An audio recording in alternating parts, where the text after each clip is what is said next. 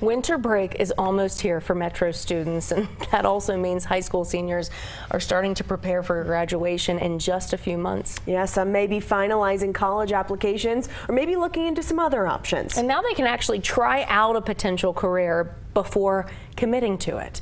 Tamara Lopez was at Volcano Vista High School today, and Tamara, I mean, those kids got a kind of like a test run at a job that's really not typical in our state.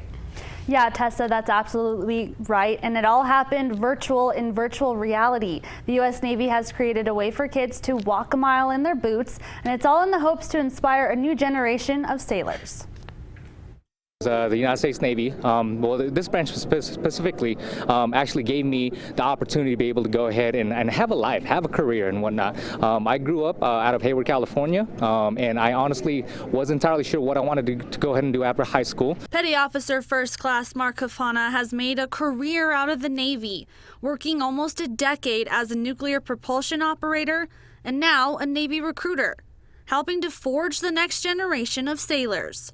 Like Volcano Vista senior Abigail Daniels. My brother was a Blackhawks mechanic and just graduated aviation school, and my grandfather flew planes in Vietnam.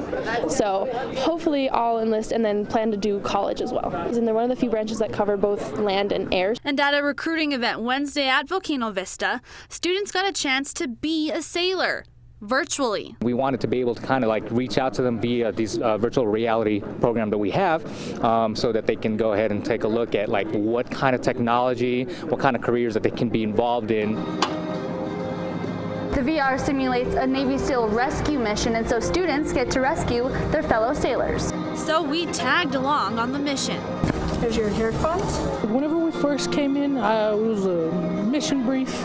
It was pretty brief, but as it would normally be. I kind of messed up in the beginning, but like got on track, got back, make sure my virtual team was doing good. Okay, we got a firefight coming up. The thing on your back, that was crazy, because once that bomb went off, it just, you can feel the shock wave. I felt that in my back.